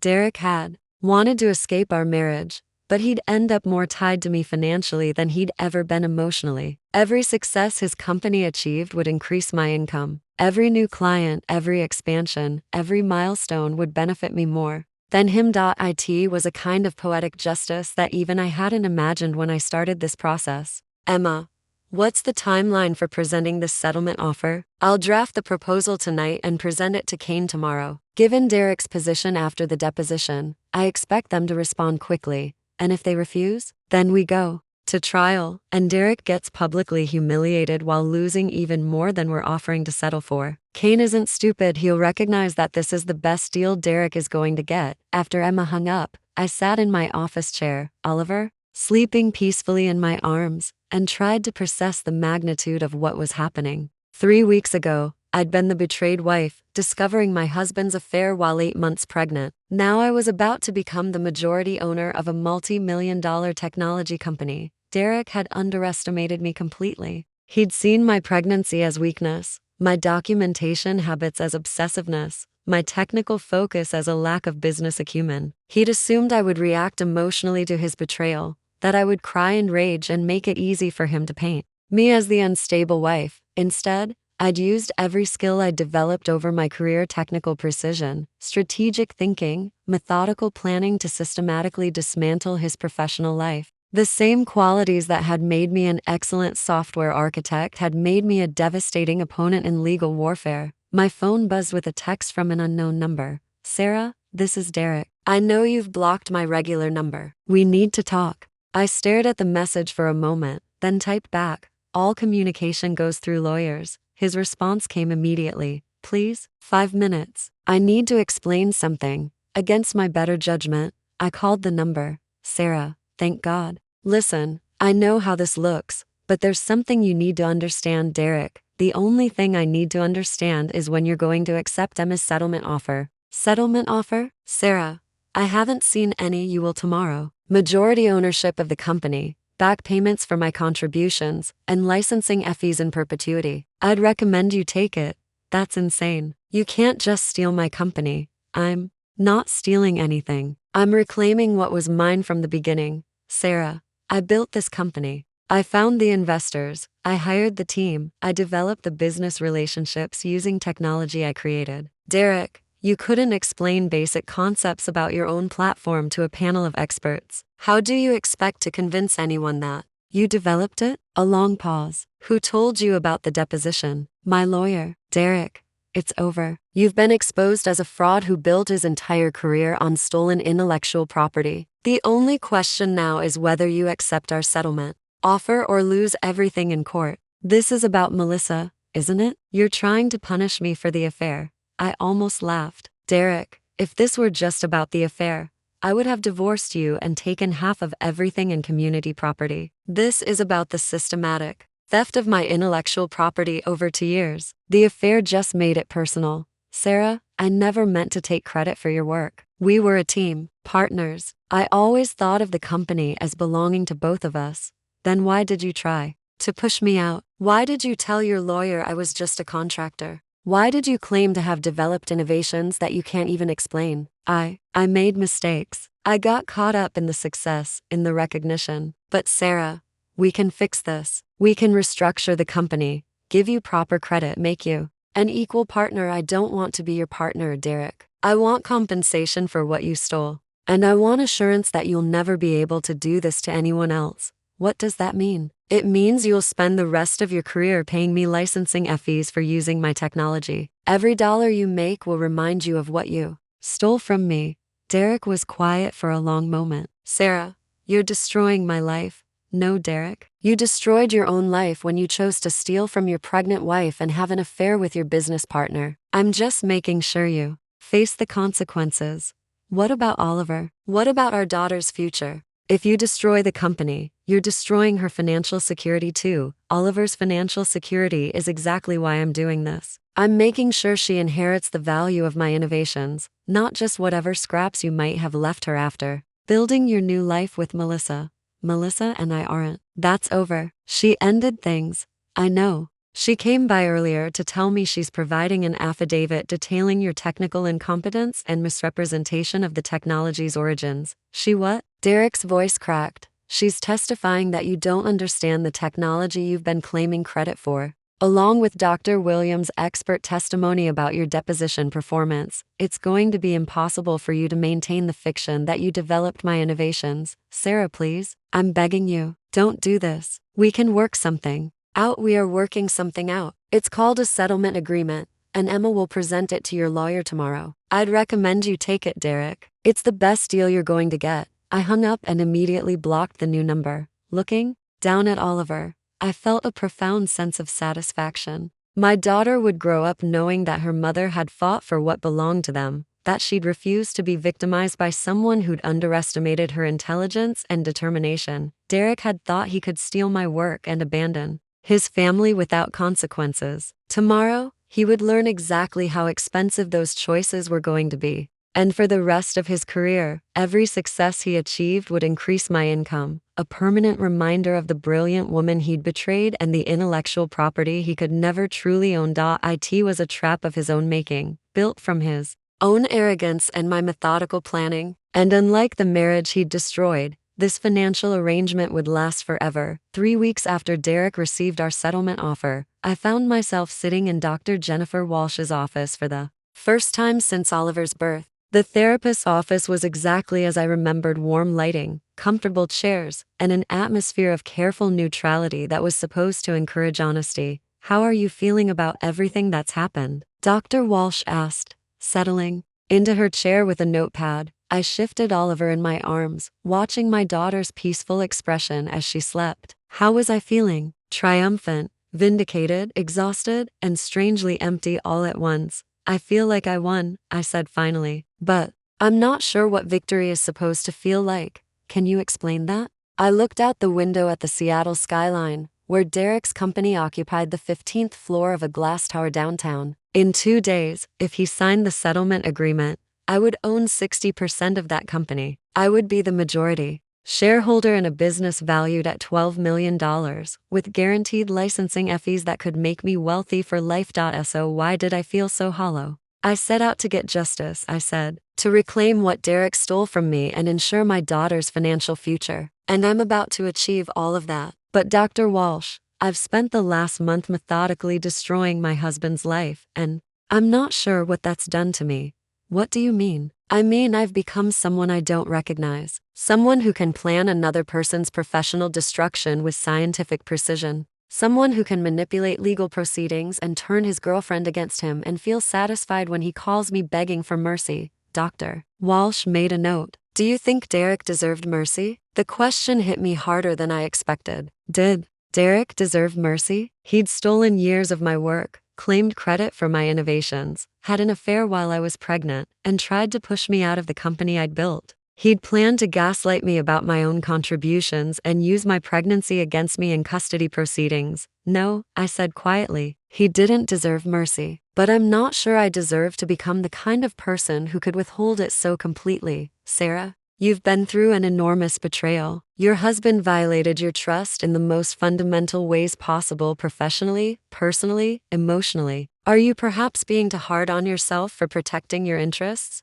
Maybe. But Dr. Walsh, I think about the night I discovered Derek's affair, and I remember feeling devastated, heartbroken, lost. That woman seems like a stranger to me now. In 6 weeks, I've transformed from a betrayed wife into someone who can engineer another person's downfall without losing sleep. And that transformation frightens you? It fascinates me. And yes, that fascination frightens me. Dr. Walsh set down her pen and leaned forward slightly. Sarah, I want you to consider something. The skills you used to build your legal case: strategic thinking, meticulous documentation, technical precision. Those aren't new personality traits. They're the same qualities that made you an excellent software architect. You didn't become a different person. You applied your existing strengths to a new challenge, a challenge that involved destroying someone I once loved, someone who had already destroyed your marriage and stolen your professional legacy. Sarah, there's a difference between becoming vindictive and becoming strategic in your own defense. I thought about that as Oliver stirred in my arms, making the small sounds. That meant she was about to wake up and demand feeding. My daughter would grow up in a world where her mother was financially independent, professionally recognized, and legally protected from further exploitation. That security had come at the cost of her father's career, but was I supposed to have chosen differently? Dr. Walsh, what worries me is that I'm not sure I feel guilty about what I've done to Derek. Shouldn't I feel guilty? Should you feel guilty about reclaiming stolen intellectual property? Should you feel guilty about ensuring your child's financial security? Should you feel guilty about exposing fraud that was being perpetrated against investors? When you put it like that, it sounds noble. I'm not trying to make it sound noble. I'm trying to help you see that your actions had multiple motivations and consequences. Yes, you wanted revenge against Derek for his betrayals, but you also wanted justice, financial security, and professional recognition. The fact that achieving those goals required Derek's downfall doesn't make you a monster. I fed Oliver while thinking about Dr. Walsh's words. Was it possible that I'd been judging myself too harshly? That what felt like cold calculation was actually appropriate strategic thinking in an impossible situation? There's something else, I said, after Oliver finished eating. I keep thinking about Derek's phone call the other night, when he was begging me not to go through with the settlement. He sounded broken, genuinely destroyed, and part of me felt satisfied by that. Dr. Walsh, part of me enjoyed hearing him realize how completely he'd lost. And how do you feel about feeling satisfied? Ashamed, concerned about what kind of person that makes me.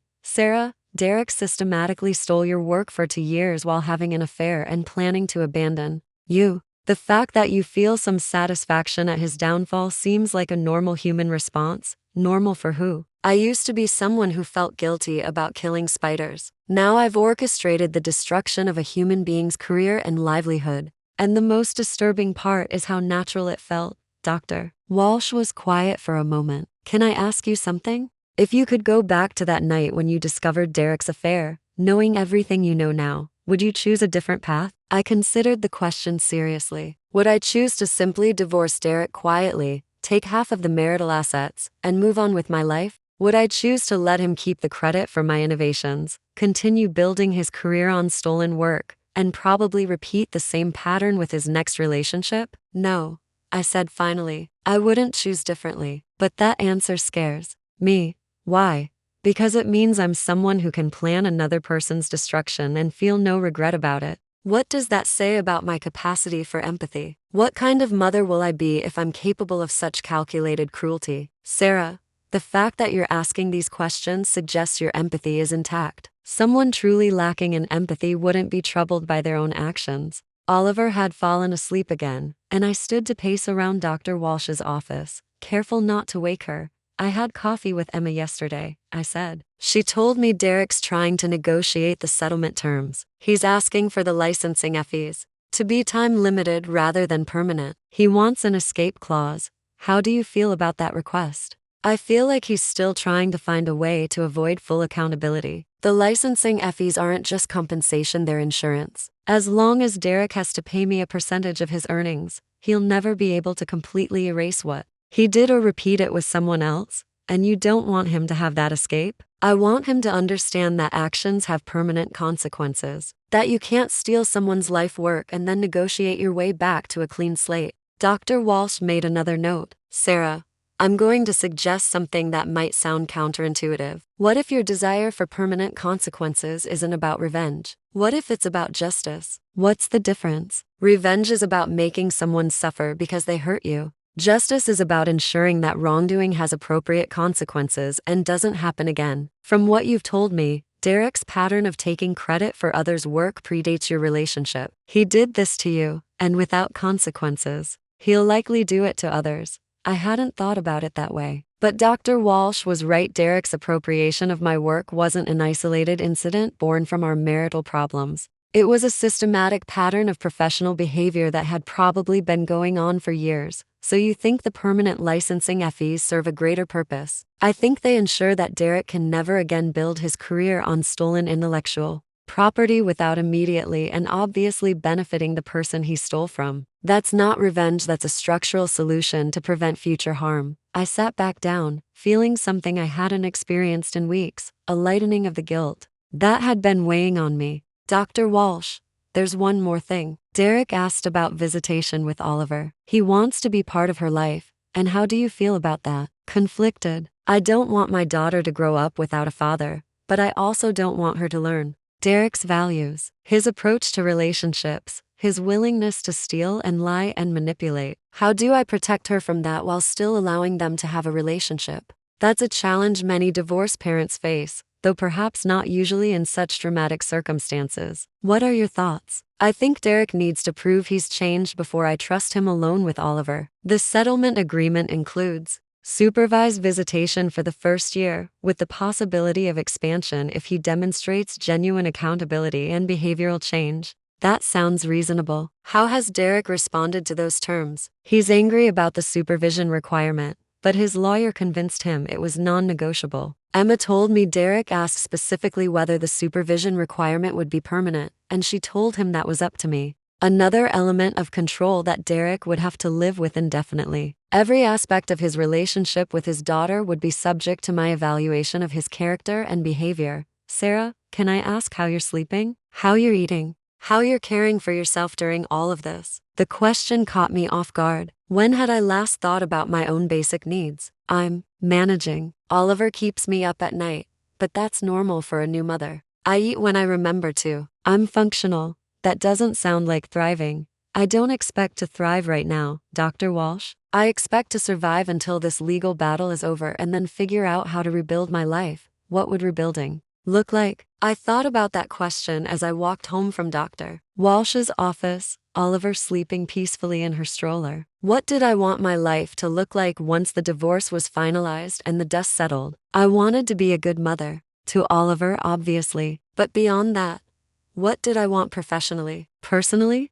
The settlement would give me financial independence and controlling interest in a successful company, but that was security, not purpose. For the first time in months, I allowed myself to think about the future not as a battlefield to be won, but as a blank canvas to be painted. By the time I reached home, I had the beginning of an answer. The call came from Tom Bradley, a senior technology reporter at TechCrunch, on a Thursday morning while I was changing Oliver's diaper. Miss Mitchell? I'm working on a story about intellectual property disputes in Seattle's tech scene, and your case has come to my attention. Would you be willing to comment? I paused, one hand on Oliver's tiny foot. Emma and I had expected this moment. High-profile legal cases in the tech industry rarely stayed private for long, but I hadn't decided how I wanted to handle media attention. What kind of story are you writing, Mr. Bradley? I'm investigating patterns of intellectual property theft by male tech executives against their female partners and co-founders. Your case appears to be an unusually well-documented example of this phenomenon.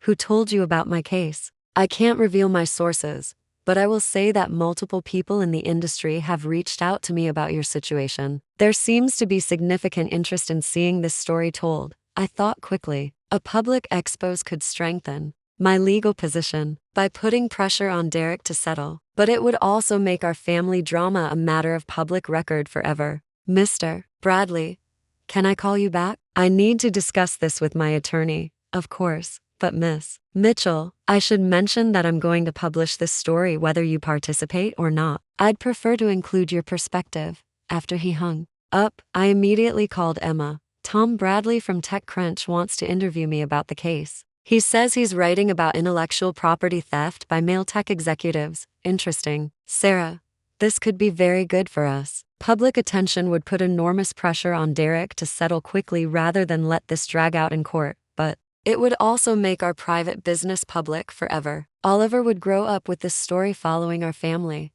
That's true. But Oliver would also grow up knowing that her mother stood up for herself and fought against injustice. There are worse legacies to leave a daughter. I thought about that while feeding Oliver her bottle. What kind of example did I want to set for my daughter? That women should suffer exploitation quietly to avoid public embarrassment? Or that they should fight for what they deserve, even when it's difficult? Emma, if I do this interview, how much control do I have over the narrative? You can't control what Bradley writes, but you can control what you tell him. And Sarah, your story is compelling precisely because you have such strong documentation. This isn't a he said she said situation, you have proof. What about Derek? Will Bradley interview him too? Probably. But given Derek's performance in the technical deposition, I'm not worried about his ability to present a convincing counter-narrative. I made my decision, set up the interview. But Emma, I want you present for the conversation. Tom Bradley arrived at Emma's office that afternoon with a digital recorder and a legal pad covered in neat handwriting. He was younger than I'd expected,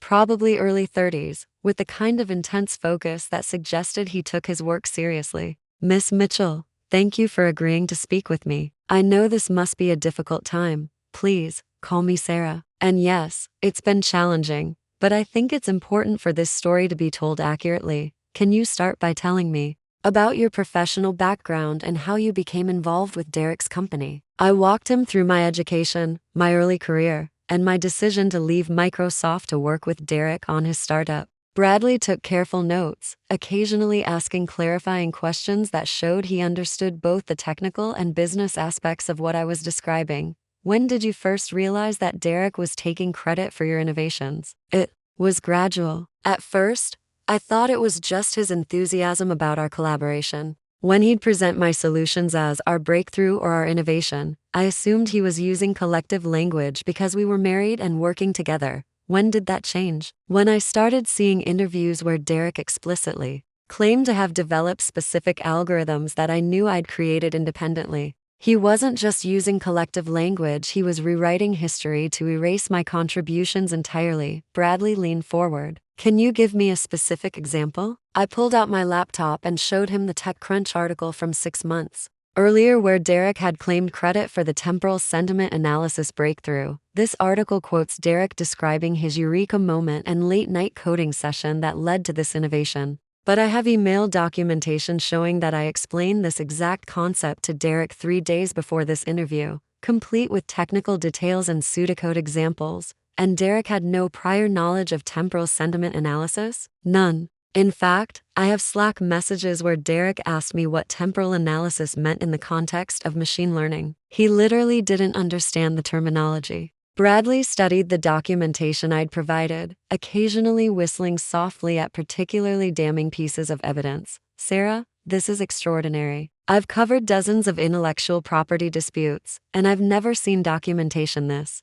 comprehensive. How did you think to preserve all of this? I didn't think to preserve it for legal purposes. I'm just naturally meticulous about project documentation. It's how I was trained as a software engineer. And Derek never asked you to stop documenting your contributions? Actually, he encouraged it. He said my documentation skills were one of my greatest strengths. I don't think he realized that those same skills would eventually expose his theft. We talked for 2 hours, with Bradley asking increasingly detailed questions about the technical aspects of the case, the timeline of Derek's misrepresentations, and the scope of my contributions to the company. Sarah, I have to ask about the personal aspect of this case. Derek was having an affair while all of this was happening? I glanced at Emma, who nodded slightly. Yes, Derek was having an affair with his business partner, Melissa Chen, while I was pregnant with our daughter. I discovered this at the same time I was realizing the extent of his professional theft. How did the affair impact your decision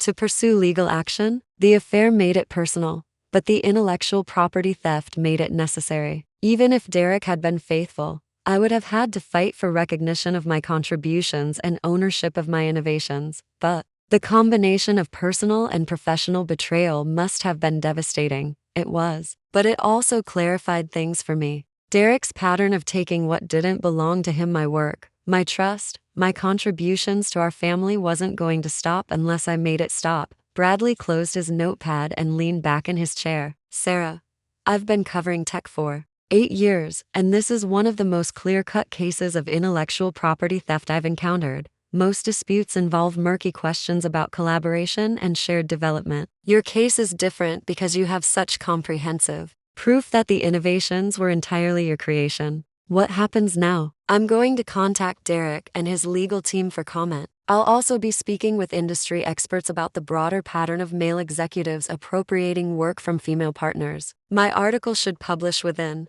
the next week. After Bradley left, Emma and I debriefed about the interview. How do you think it went? I asked. Better than I hoped. Bradley clearly understands the technical aspects of your case, and he seems genuinely outraged by Derek's behavior. This article is going to be devastating for Derek's reputation. Any regrets about going public? None. Sarah, your story needs to be told. There are probably dozens of women in tech who've experienced similar theft but don't have your documentation skills or legal resources to fight back. Your case could set a precedent that protects them. That evening, I received a furious call from Derek. Sarah, what the hell have you done? A reporter just called asking about intellectual property theft and our divorce. You gave an interview to TechCrunch? I told the truth about your systematic appropriation of my work. This is going to destroy the company. No investor will touch us if there's a public scandal about stolen technology. Then you should have thought about that before stealing my technology.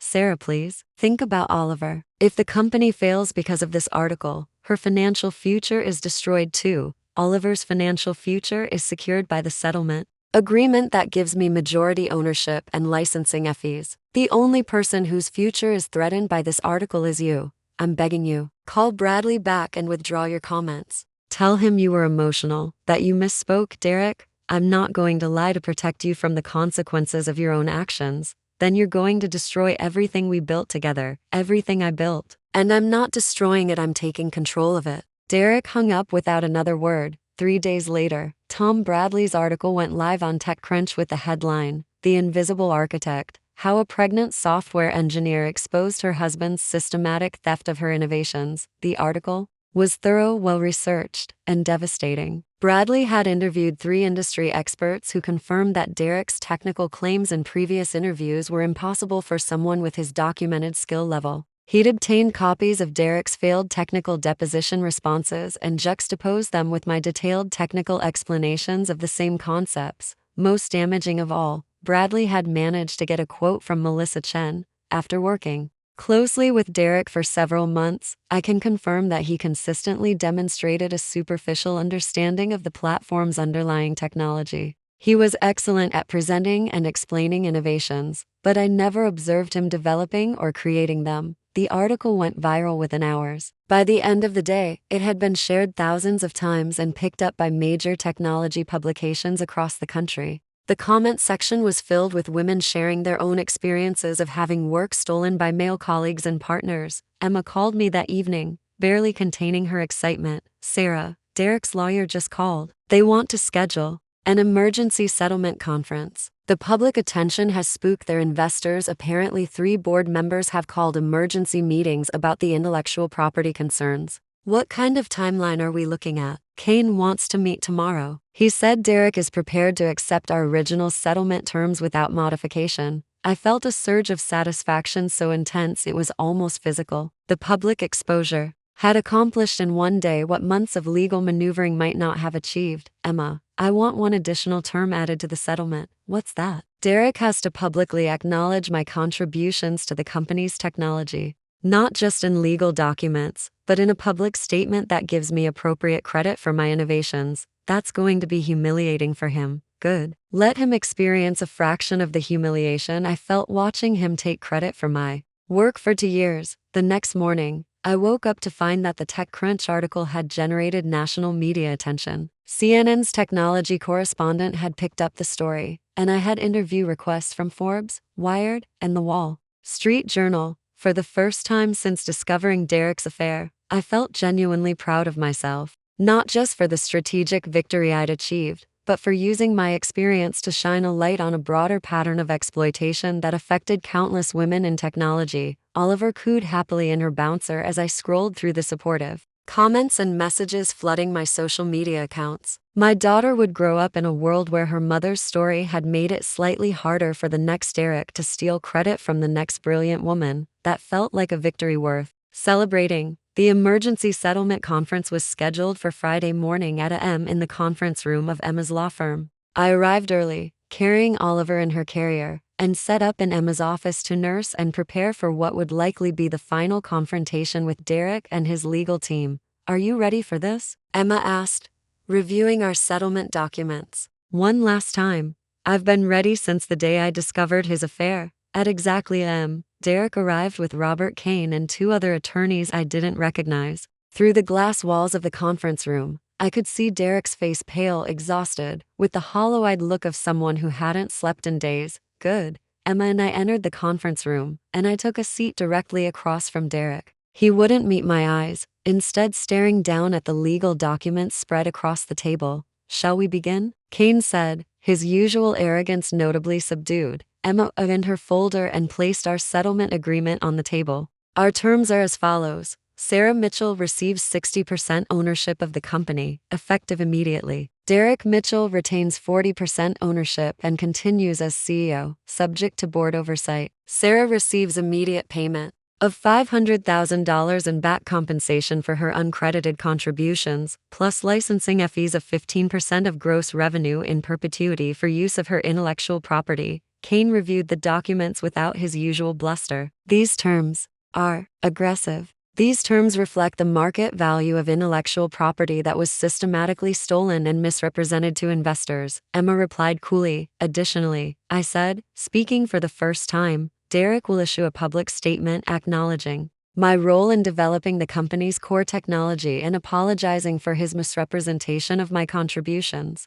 Derek finally looked up. Sarah, the public statement. That's going to destroy my credibility in the industry. Your credibility was already destroyed when Tom Bradley published your technical deposition responses alongside my actual innovations. The public statement just makes your acknowledgement official. Kane leaned forward. Miss Mitchell, my client is prepared to accept the financial terms, but the public statement requirement is potentially damaging to the company's reputation and investor relationships. Then Derek should have thought about that before building his reputation on stolen work, I replied. Emma placed a printed copy of the proposed statement on the table. This is what we're requiring. Derek read it aloud, his voice barely above a whisper. I want to publicly acknowledge that the core innovations behind our company's platform were developed by my wife, Sarah Mitchell. I have wrongly taken credit for her technical contributions over the past 2 years, and I apologize to our investors, employees, and industry partners for misrepresenting the origins of our technology. Sarah's brilliant work in machine learning and natural language processing made our company's success possible, and she deserves full recognition for her innovations. This is professional suicide, Derek said. No, I corrected. Professional suicide would be going to trial and having your complete technical incompetence exposed in public court proceedings. This statement allows you to maintain some dignity while acknowledging the truth. Kane whispered something to Derek, who nodded reluctantly. We'll accept the terms, Kane said. Excellent. We'll need Derek's signature on all documents today, and the public statement released within 48 hours. As Derek signed document after document, I felt an odd mixture of satisfaction and sadness. This man had been my husband, my partner, someone I'd loved and trusted completely. Watching him accept the consequences of his betrayal should have felt purely triumphant, but instead it felt like watching the final death of something that had been beautiful once. When Derek signed the last document, Kane gathered his papers and prepared to leave, but Derek remained seated, staring at his hands. Sarah, can we talk privately for a moment? Emma looked at me questioningly. I nodded. 5 minutes. Emma stays in the building. After the lawyers left, Derek and I sat alone in the conference room where our marriage had just been officially dissolved and our professional relationship restructured. I want you to know that I never intended for any of this to happen, Derek said quietly. Which part? The affair or the theft? Any of it. Sarah, I loved you. I still love you. I got caught up in the success, in the recognition. And with Melissa, it wasn't about not loving you. It was about feeling like I was drowning in all the expectations and responsibilities. So you stole my work and cheated on me because you felt overwhelmed? I know how it sounds. But Sarah, I never consciously decided to steal from you. It happened gradually. You'd solve a problem, I'd present the solution, and people would assume I'd developed it. At first, I tried to give you credit, but investors and journalists weren't interested in hearing about my technical wife. They wanted to hear about the visionary CEO. So you stopped trying to give me credit. I stopped correcting their assumptions. And eventually, I started believing my own narrative. I convinced myself that presenting your work was the same as developing it, that our collaboration made me equally responsible for the innovations. I looked at Derek, really looked at him for the first time in months. He looked older, defeated, genuinely remorseful. But remorse didn't undo 2 years of systematic theft and betrayal. Derek, do you understand why I couldn't just divorce you quietly and move on? Because I hurt you. Because you wanted me to pay for what I did. Because I couldn't let you continue building your career on stolen work. Because there are other women out there whose partners are probably doing the same thing to them right now. Because actions have to have consequences or nothing ever changes. Derek nodded slowly. The 15% licensing fees, those are permanent, aren't they? There's no end date. As long as your company uses my intellectual property, you'll pay me licensing fees, which, given that my innovations form the foundation of your entire platform, means essentially forever. So for the rest of my career, I'll be paying you a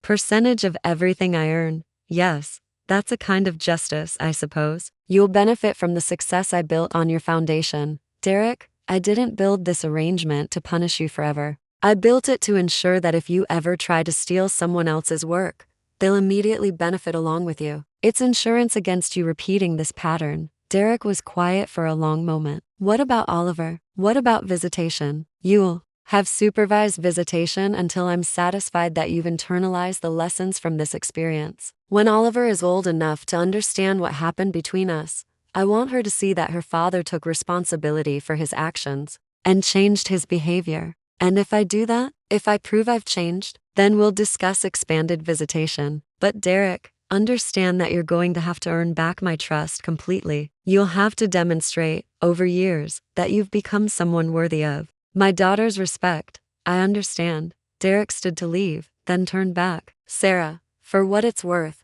I'm proud of what you've accomplished. What you've built professionally, how you've handled this legal battle, the way you've protected Oliver's interests. You're an incredible woman, and I'm sorry it took losing you for me to fully appreciate that. Thank you. But Derek, if you're truly sorry, prove it by becoming someone better. Not for me, but for Oliver. After Derek left, I sat alone in the conference room, holding my sleeping daughter and processing what had just happened. In the span of 2 months, I had gone from betrayed wife to majority owner of a multi-million-dollar company. I had exposed systematic intellectual property theft, forced a public acknowledgement of my contributions, and secured my daughter's financial future. But more than that, I had refused to be a victim. When Derek had tried to erase my contributions and abandon our family, I had fought back with every skill, every advantage, every resource at my disposal. I had been strategic, ruthless, and completely effective. Looking down at Oliver, I felt a fierce pride. My daughter would grow up knowing that her mother was not someone who could be exploited, manipulated, or discarded. She would learn that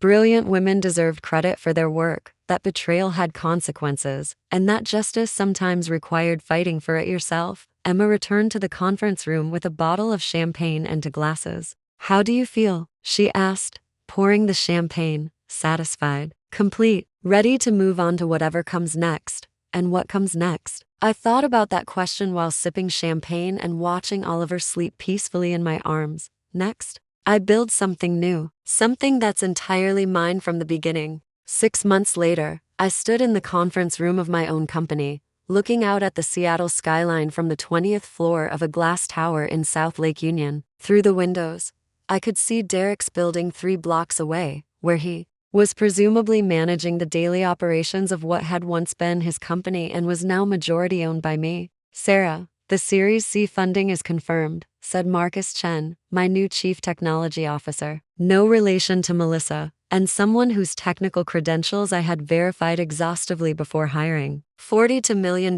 at a pre-money valuation of $200 million. I smiled, bouncing Oliver gently in my arms. At 8 months old, she was becoming more alert and interactive, often attending investor meetings with me and charming venture capitalists with her serious expressions and occasional babbling commentary. That's excellent news, Marcus. With that funding, we can accelerate development of the enterprise platform and expand the team. Sarah Mitchell Technologies had launched 4 months ago with the intellectual property I'd reclaimed from Derek's company, plus significant additional innovations I'd developed during my newfound creative freedom. Without having to work in Derek's shadow or share credit for my breakthroughs, I'd been able to attract top-tier investors and build a team of brilliant engineers who understood that technical excellence was our foundation. The acquisition offer from Microsoft is still on the table, Marcus said, reviewing his notes. They've increased it to $300 million. Not interested. We're building something bigger than an acquisition target. My phone buzzed with a text from Emma. Derek's Q3 licensing payment cleared. $127,000. Your eternal revenue stream continues to grow. I smiled. Derek's company had actually become more successful since our legal battle ended, partly because I'd been able to provide technical guidance as majority shareholder, and partly because the public attention had attracted new clients who wanted to work with the real innovator behind the platform. The irony was perfect. Derek's betrayal had ultimately made both of us more successful. He was running a profitable company under my oversight, and I was building an even more innovative company with his financial contributions. Sarah, there's something else, Marcus said. We received a job application from Melissa Chen yesterday. That was unexpected. What kind of position is she applying for? Business Development Manager. She has strong credentials, and her reference letter from Derek is interesting.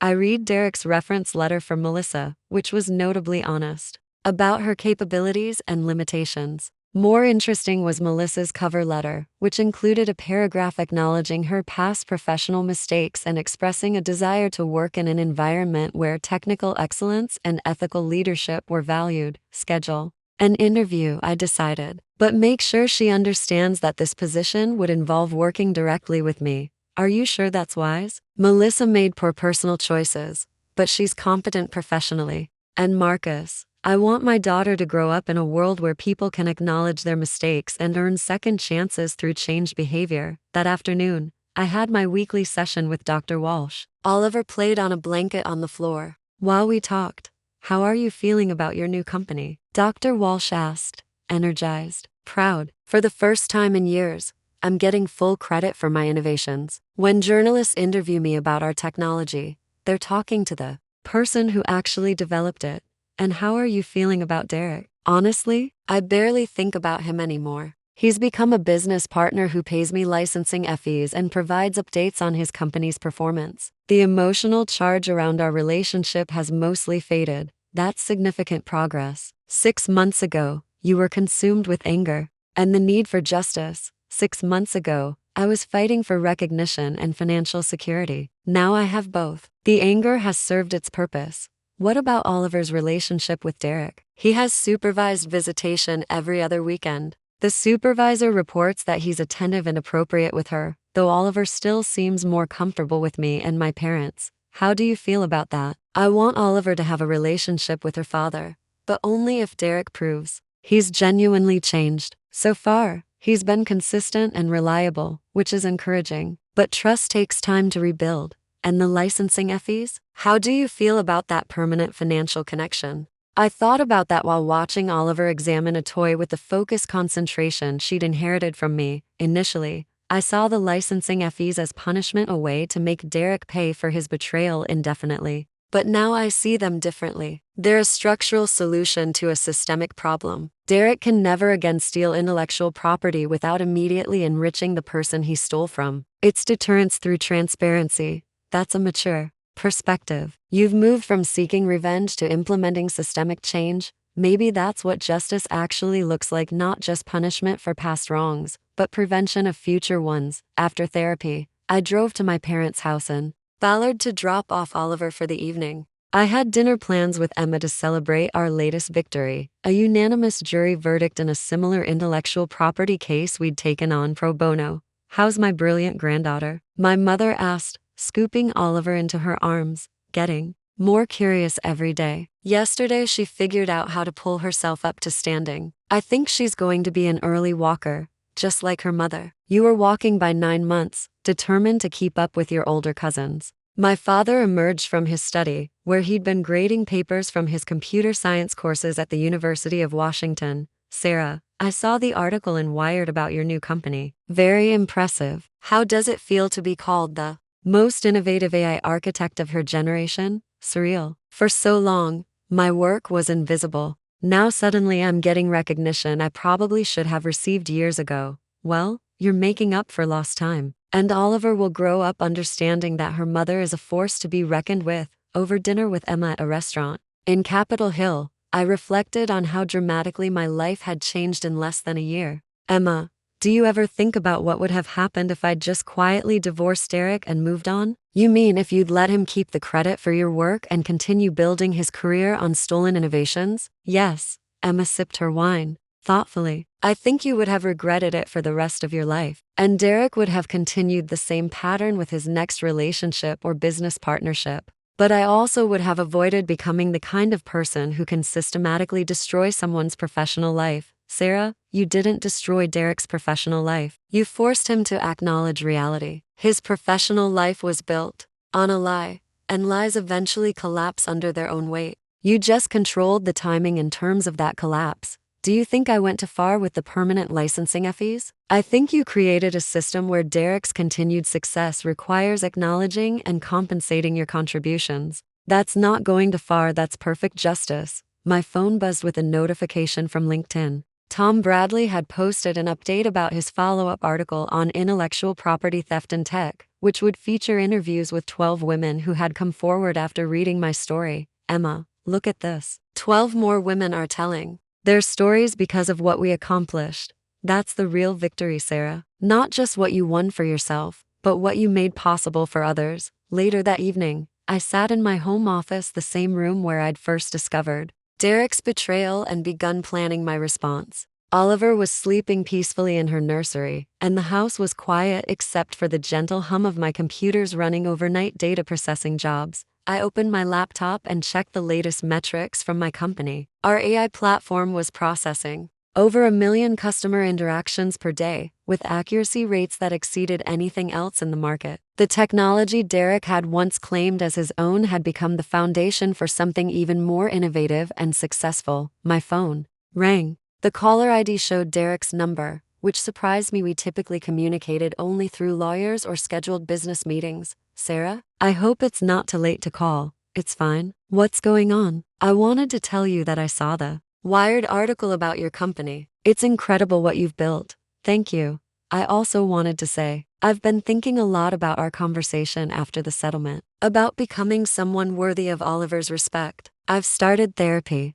That was unexpected. That's good, Derek. What kind of therapy? Cognitive behavioral therapy, focused on understanding my patterns of taking credit for others' work and my tendency to avoid accountability. Dr. Morrison says I have deep-seated insecurity about my own capabilities that I've been covering up through appropriation and manipulation. How long have you been in therapy? 3 months. Sarah, I'm learning things about myself that are difficult to face, but I think Oliver deserves a father who's done the work to understand his mistakes and change his behavior. I was quiet for a moment, processing this development. Derek, I'm glad you're taking that step. But you should know that therapy alone won't automatically restore my trust or change Oliver's visitation schedule. I understand. I'm not doing this to manipulate you or accelerate the visitation timeline. I'm doing it because I realized that the person I was when we were married wasn't someone I'd want Oliver to emulate.